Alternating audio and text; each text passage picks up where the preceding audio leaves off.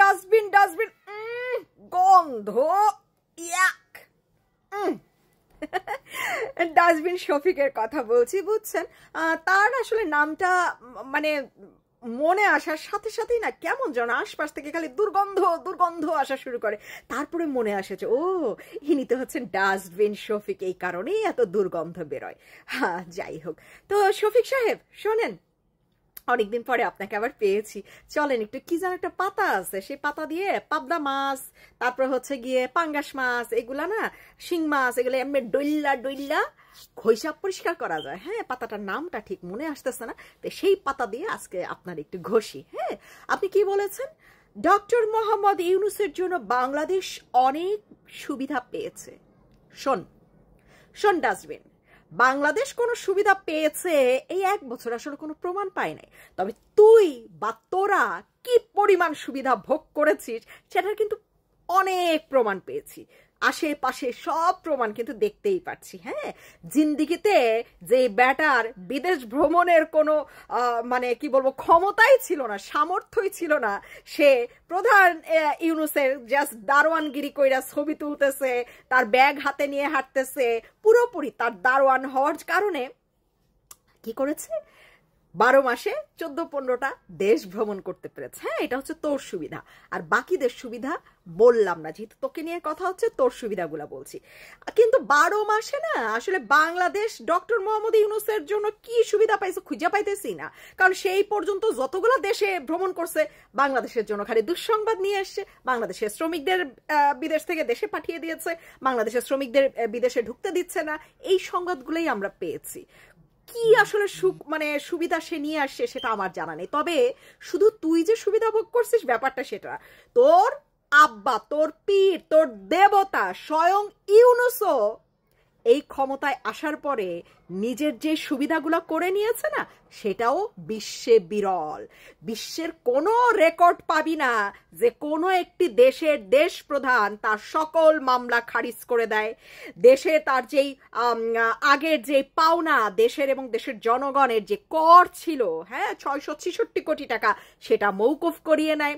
ভবিষ্যতে তার সকল কোম্পানির জন্য কি করে 5 বছর পর্যন্ত কর মৌকুফ করিয়ে নেয়। মানে বাংলাদেশে তোরা আব্বা তো 1 টাকাও দিবে না। হ্যাঁ, বাংলাদেশ তো তোরা মানে দখল করে নিয়ে বসে আছিস। তোরা টাকা দিবি কারে? ইসরায়েল রে। তোরা টাকা দিবি হচ্ছে হিলারি ক্লিন্টন রে। বাংলাদেশে কেন টাকা দিবি? বরং যে কোনো দুর্যোগে তোদের সময়কার সময় মানে বিদেশ থেকে যেই টাকাগুলো এসছে না ডোনেশন, সেগুলোও তোর আব্বা আত্মসাৎ করে ফেলেছে।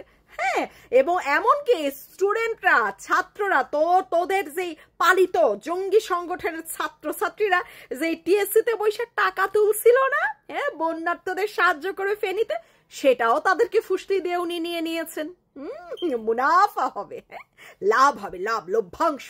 উনি আবার লভ্যাংশে বিশ্বাসী। যাই হোক, তারপরে উনি এই পর্যন্ত ওনার যত রকম মামলা ছিল আর কি সব খারিজ করে নিয়েছেন। ওনার নিজের নামে একটি বিশ্ববিদ্যালয়ের অনুমতি নিয়ে নিয়েছেন, তারপরে ওনার কোম্পানির নামে জনশক্তি রপ্তানির লাইসেন্স নিয়ে নিয়েছেন। ওনার মানে এই 85 বছরের একটা লোকের আসলে কি পরিমাণ লোভ থাকতে পারে আমার জানা নাই। তারপরও ধরেন আমেরিকার কাছে যেহেতু দেশ টুকরো টুকরো করে কেকের মতন বিক্রি করে দিচ্ছে, সো ডলারটা কিন্তু আর আমাদের দেশে আসছে না, ডলারটা কিন্তু তার আমেরিকার ব্যাংকে জমা হয়ে যাচ্ছে, বুঝছিস? হ্যাঁ, তো সেটাও আমরা জানি যে এই যে তার যে সমুদ্র বিলাস, তার যে হচ্ছে রোহিঙ্গা বিলাস, হ্যাঁ তার যে জঙ্গি সংগঠন পালার ক্ষেত্রে যেই সকল বাহিনী নিয়ে যে রাস্তায় নেমে যায়, হ্যাঁ তাদের যে সার্ভিসটা দেয়, উনি সবকিছুর পেছনে তার যে ডলার ইনকাম সেটাও আমরা জানি। এই বাংলাদেশের গদিতে বসে তোর আব্বা, তোর দেবতা, হ্যাঁ ইউনূস যে সুবিধা পাইছে রে ভাই, তুই বিশ্বে আর কোনো রাষ্ট্রপ্রধানের বা কোনো সরকার প্রধানের উদাহরণ দেখাইতে পারবি না যে সে কোনো দেশের সিংহাসনে বসে এই এই এই কাজগুলা করেছে। আর কোনো উদাহরণ তুই দেখাইতে পারবি না, বুঝছিস ডাস্টবিন? তুই কি বুঝতে পেরেছিস? যাই হোক, আল্লাহ বাঁচাইছে ভাই, আমি কোনো সাংবাদিক না, তাহলে তো তুই আমার লাশ মেঘনা, বুড়িগঙ্গা বা আড়িয়াল খাতে ভাসাই দিতি। হ্যাঁ, তুই তো চাস দেশে একমাত্র সাংঘাতিক তুই থাকবি, আর যেন কেউ না থাকে, আর যারাই সত্যের পক্ষে কথা বলবে তাদেরকেই তুই নদীতে ভাসাই দিবি। এটি হচ্ছে তোর পদ্ধতি। তবে তোকে শেষবারের মতন একটা কথা বলেছি, বলে যাচ্ছি, তুই এটা মাথায় কিন্তু ঢুকাই নিবি। হ্যাঁ, ডাস্টবিন শফিক, তুই এটা মাথায় ঢুকাই নিবি। তুই যত ক্ষমতার অপব্যবহার করলি, হ্যাঁ, বা করে যাচ্ছিস, এর প্রত্যেকটা তার দ্বিগুণ, তিনগুণ, চৌগুণ হয়ে তোর উপর ফেরত আসবে। এইটা বলে যাচ্ছি, বলে দিলাম তোকে। তাহলে তুই ভাবিস, তুই যদি 5টা লাশ, 5টা সাংবাদিককে গুম করে থাকিস, 5টা সাংবাদিকের লাশ তুই নদীতে ভাসিয়ে থাকিস, এর বদলে 10টা 15টা লাশের হিসাব তোর উপর দিয়ে নেওয়া হবে। এটা তুই মাথায় ঢুকিয়ে রেখিস।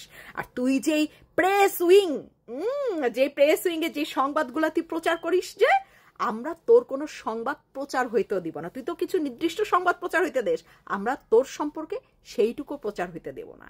ঠিক আছে? মাথায় ঢুকাইছিস তো? জনগণ কি জিনিস তুই এখনো বুঝতেই পারিস নাই। হ্যাঁ, গদিতে বৈশা তুই যে কেমনে মাতাল হয়ে গেলি, কেমনে গাঞ্জাখোর হয়ে গেলি, মানে কি রকম কি হয়ে গেল বুঝতে পারছি না। তবে সময় খুব দ্রুত আসছে এবং সেটির পরতে পরতে হাড্ডি গোড্ডায় একেবারে চুল গন্যা গন্যা হিসাব তোর সাথে না হবে। বাংলাদেশের তোর আব্বার সাথে বাংলাদেশের বিন্দু মাত্র কোনো সুবিধা হয় নাই, খালি লস লস। বালু চুরি, ইয়া চুরি, কি বলে পাথর চুরি, সমুদ্র চুরি, সেন্ট মার্টিন চুরি, পাহাড় চুরি, 12টা হাতি মইরা যায়। তারপরে কি জনগণের পয়সা নিয়ে বিলাসিতা, জনগণের কোষাগার যে তহবিল, হ্যাঁ, সরকারি তহবিল, সেটা ফাঁকা। হ্যাঁ, শিশুদের প্লেন দিয়ে গণহত্যা, গোপালগঞ্জে গিয়ে আর্মি দিয়ে গণহত্যা। এমন কিছু নাই যে তোরা করিস নাই। এটাকে কি বলতে চাস তুই? সুবিধা হয়েছে বাংলাদেশের? সুবিধা হয়েছে তোর আর তোর বাপের, আর করার সুবিধা হয় নাই। এই সুবিধাগুলা ওসল করে আমরা অবশ্যই ফেরত নেব। তৈরি থাকিস, ঠিক আছে? তোর এই যে সাংবাদিকদের লাশ তো তাও খুঁজে পাওয়া যাচ্ছে, নদী হোক আর যেখান থেকে হোক, তোর লাশ খুঁজে তো পাওয়া যাবেও না, কাকপক্ষীও টের পাবে না যে তুই আসলে গেলি কই। ঠিক আছে?